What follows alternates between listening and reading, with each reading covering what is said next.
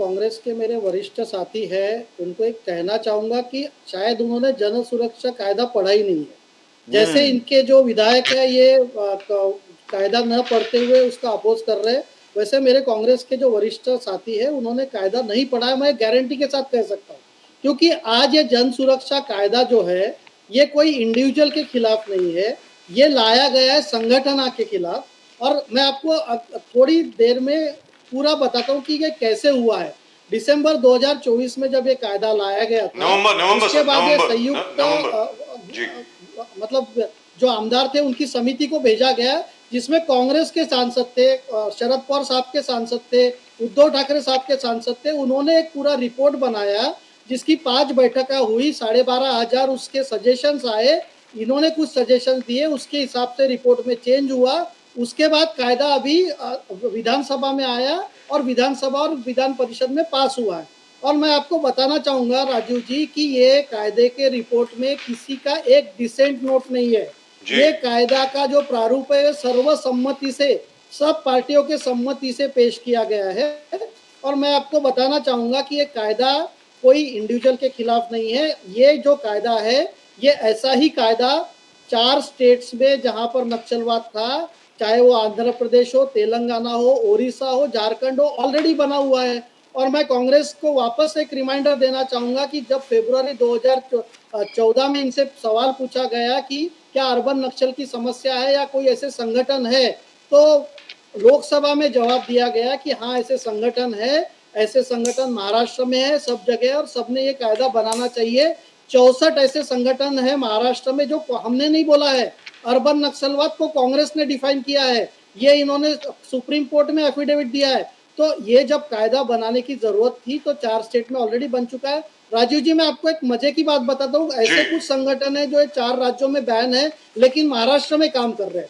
अब नक्सलवाद खत्म होते जा रहा है, तो नक्सलवाद की आड़ में अभी ये अर्बन नक्सलिज्म जो बढ़ता है, इसके लिए ये कायदा है। और देवेंद्र जी ने जब ये कायदा पेश किया, उन्होंने क्लियरली बताया जो आज के कायदे हैं, चाहे वो यूएपीए हो या वो हो, ये संगठन के ऊपर अधिकार या उतना मजबूत नहीं है, इसलिए कायदा लाया जा रहा है। और ये कायदे में कोई ऐसी अरेस्ट नहीं है कि आप 5 साल में किसी को डाल दोगे। पहले आपको सरकार को संगठन करके बताना है कि ये संगठन जो है इसको हमको बैन करना है। वो बैन करने का अभी प्रक्रिया है। एक रिटायर्ड हाईकोर्ट के जज, एक डिस्ट्रिक्ट कोर्ट के जज, एक पब्लिक प्रोसिक्यूटर, इनकी कमिटी है। ये अगर कमिटी बोलेंगी कि हाँ ये वाजिब है तो ही उसको बैन किया जाएगा, और जो संगठन बैन होगी उसके मेंबर पे एक्शन लिया जाएगा। तो पहले संगठन बैन होगी और उनको भी अपील करने का पूरी नेचुरल जस्टिस दिया है, हाईकोर्ट के सामने है, कमिटी के सामने।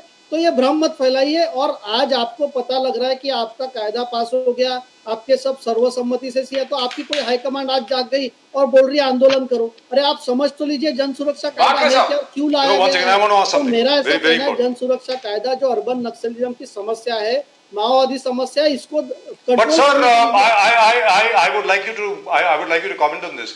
और मैं चाहूंगा बाद में निजाम साहब भी उस पर कमेंट करें। सर ये जो जन सुरक्षा कानून जो महाराष्ट्र की सरकार लेकर के आई है, उसी की लाइंस पर कर्नाटका सरकार सिर्फ वर्ड चेंज कर रही है, वो एक एंटी कम्युनल लॉ ला रही है। It is more less similar to the जन सुरक्षा कानून ऑफ महाराष्ट्र। अब आप बोलें सर, बागरे साहब। Sir, absolutely. This law is brought to control Naxalism, extreme left Maoist जो ideology है उनका कॉन्स्टिट्यूशन में लिखा है। They don't agree to the संविधान of Honorable Dr. Baba Saheb Ambedkar, हमारे जो Bharat. Sir, they don't agree with India. Sir, they want to just overthrow the governments। और ये अर्बन नक्सल्स इसमें शहरों में, यूनिवर्सिटी में घुस चुके हैं। सर पूरी बात बताइए ना समीर बागरे साहब। एक मिनट, बात जरा कम क्यों बता रहे सर? CPI-ML मार्क्सिस्ट लेनिनिस्ट और उसके अलावा जो रेड कॉरिडोर में जो ऑपरेट करते थे ना, पीपल्स वॉर ग्रुप और बाकी सब लोग, सर उनके कॉन्स्टिट्यूशन में तो ये लिखा है India has to be broken up into 34 different countries.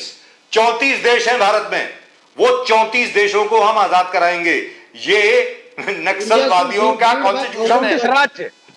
No, but बाकी साहब, अगर उद्धव बाला साहेब ठाकरे अगर कुछ कास्टिंग एस्पिरेशंस की आपने इस कानून में ये मेंशन नहीं किया है, नक्सलवाद और जो वर्ड्स है दहशतवाद मेंशन नहीं किया है, and there's a probable chance of misuse like you have been misusing the PMLA, बार बार ये कह रहे कि मिसयूज, एक बार आपने ड्रैकोनियन लॉ देखा है तो it is always prone to misuse, and they give you examples of how it has been misuse with so many arrest around. तो don't you think you need a proper discussion on that? अगर उद्धव जी बोल रहे कि भाई आपने ये क्यों नहीं डाला, आप मिसयूज करेंगे, तो क्या डिबेट नहीं होना चाहिए उसमें? मुझे ऐसा कहना है कि ये कमेटी के पास गया था, उद्धव जी के भी आमदार इसमें थे, 5 मीटिंग्स हुई, 12,500 सजेशंस हुए, every clause is discussed in detail. और इसमें आप अगर कानून पढ़ेंगे तो आपको क्लियरली दिखता है कि ये लेफ्ट एक्सट्रीमिज्म के खिलाफ है, ये माओवाद के खिलाफ है, ये जो देश की संवैधानिक संस्थाओं के खिलाफ उठाव करना चाहते हैं, चाहे वो आर्म स्ट्रगल हो, चाहे by putting ideology in the minds of young people. Sir आप मुझे एक बताइए, अभी इनका नक्सलवाद बाय गन खत्म होते जा रहा है, so now they want to destabilise the country by infecting our students, our universities, our society with all these elements। CRA के डोनेशन जो पहले लेफ्ट राइट सेंटर आते थे, जो कोई अनकंट्रोल थे, वो जब से कंट्रोल हुए तो ये न्यूज पोर्टल्स है सर, इनकी फंडिंग भी रुक गई है और इनके ऊपर काफी बड़े मात्रा में एक्शन भी लिया गया है। लेकिन मैं सर आपको एक थीम, हमारी पार्टी की एक आइडियोलॉजी आपको बताना चाहूंगा।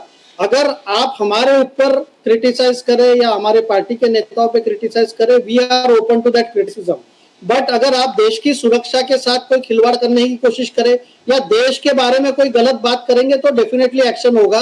नरेंद्र मोदी साहब को जितना अब्यूज कांग्रेस पार्टी और उनके सपोर्टर्स ने किया है, आज तक मुझे नहीं लगता कोई लीडर को इतना अब्यूज किया गया है। सो हम मोदी साहब कभी उसके खिलाफ रिएक्ट नहीं करते, लेकिन अगर आप देश की सेना हो या देश का जो भी संसाधन हो उसके खिलाफ बोलेंगे तो आप पे एक्शन होगा। ऑपरेशन सिंदूर के दौरान कुछ यूट्यूब चैनल्स या कुछ ऑनलाइन चैनल्स पे एक्शन हुआ था। और मैं सर आपको एक कहना चाहूंगा, with due respect to the judiciary also, when action is taken the judiciary unfortunately comes forward in some cases to support these people without looking at the merits of this. I am not casting any aspersions on the judiciary. I have highest regard for that. But we have found in certain cases जहां सरकार ने action लिया है, judiciary ने आके कोई तो भी स्टे दिया है। तो मेरा ऐसा कहना है, these channels are, और जो भी प्लेटफॉर्म्स है वो सर धीरे धीरे कम हो रहे, इनकी फंडिंग एक्सपोज हो गई है, इनके सपोर्टर्स ऑनलाइन एक्सपोज हो गए, and now I can say that they are in the last leg of their run.